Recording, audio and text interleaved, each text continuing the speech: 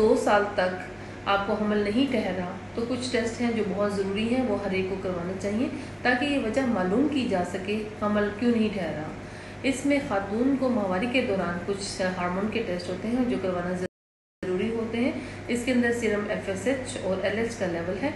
FSH का level हमें बताएगा कि एग कैसे ग्रो करेगा।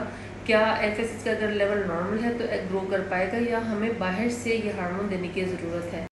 दूसरा अहम हार्मोन LH है।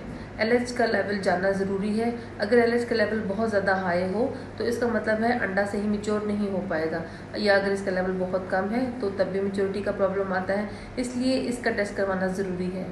तीसरा अहम टेस्ट प्रोलैक्टिन का लेवल है।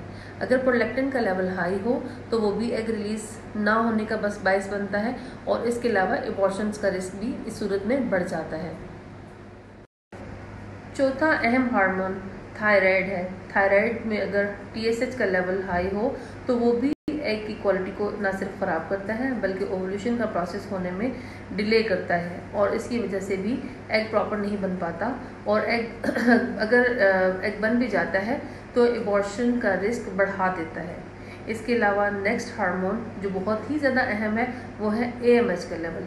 AMH का लेवल हमें ये बताता है कि किसी भी औरत में माँ बनने की सलाहियत कितनी है, उसमें एग बनाने की सलाहियत कितनी है, उसका नंबर और क्वालिटी कैसा होगा, या हम जो भी ट्रीटमेंट देंगे उसका रिजल्ट क्या निकलेगा।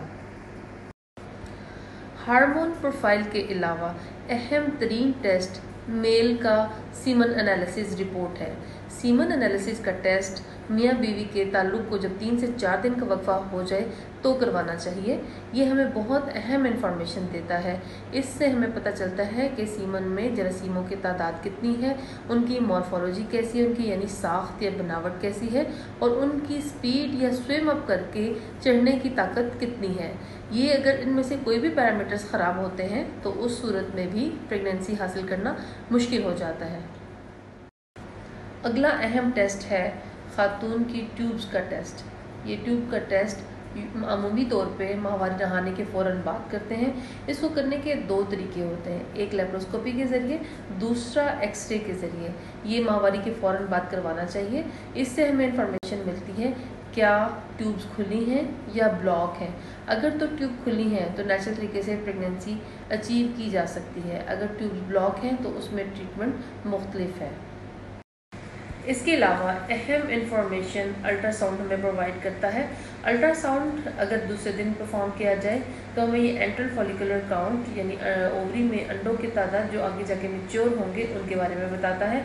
अगर अल्ट्रासाउंड को 12वें दिन परफॉर्म किया जाए वो हमें फॉलिकल के साइज़ के मुताबिक इसके बारे में बताता है कि फॉलिकल का साइज़ अगर 1.8 से 2.2 है तो इसमें फर्टिलाइजेशन के चांसेस अच्छे हैं। इसके अलावा एक एडिशनल इन्फॉर्मेशन कि यूट्रस के अंदर कोई रसौली या कोई पॉलिप तो नहीं, ये भी इससे एडिशनल इन्फॉर्मेशन हम हासिल कर सकते हैं। ये कुछ बेसिक और अहम टेस्ट हैं जो हर उस कपल को करवाने चाहिए जो कंसीव करने के लिए ट्राई कर रहा है, ताकि उनके कंसीव ना करने की वजह मालूम हो सके और उनका बर वक्त इलाज हो सके। अगर आपको कुछ पूछना है या आपकी कोई क्वेरीज हैं तो आप कमेंट बॉक्स में लिख सकते हैं, हमारी टीम आपसे रब्ता करेगी।